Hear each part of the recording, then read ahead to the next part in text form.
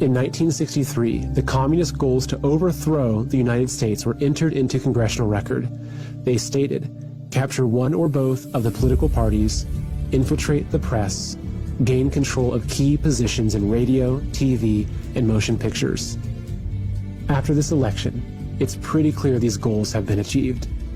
And the more you look into it, the more you see that all roads lead to China, or more specifically the Chinese Communist Party, the CCP.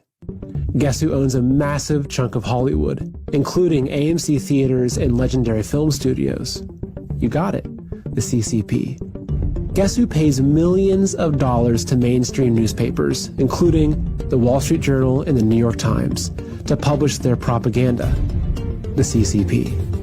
And guess who's given the Biden family billions of dollars? Yes, the CCP. Now do you see why Biden is the media's darling? They're not fighting with guns and bombs, no, but with words, ideas, and narratives. Because what they're fighting for are our minds. In 1956, communist leader Khrushchev said, "We will take America without firing a shot. We do not have to invade the U.S.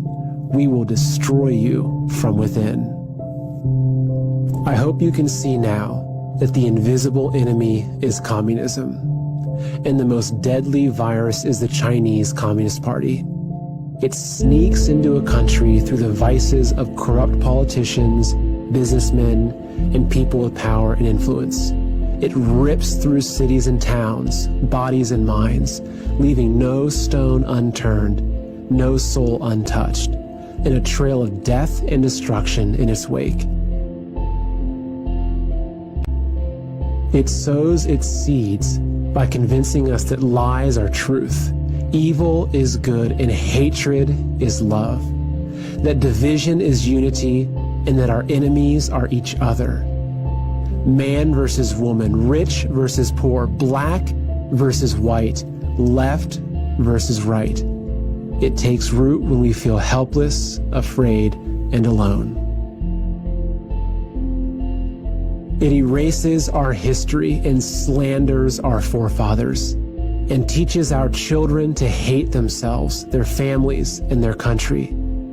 It ridicules our beliefs, undermines our values, and attacks our way of life. It even demands that we kneel down in shame. We see them for who they are now. And they'll never be able to fool us again. They tried to trigger a great reset, but instead, they triggered a great awakening. We will not look back 5 years from now and tell our children that we did nothing as our nation was stolen. We will tell them that we fought for and won our freedom just like our forefathers in 1776. America is the last bastion of freedom in the world.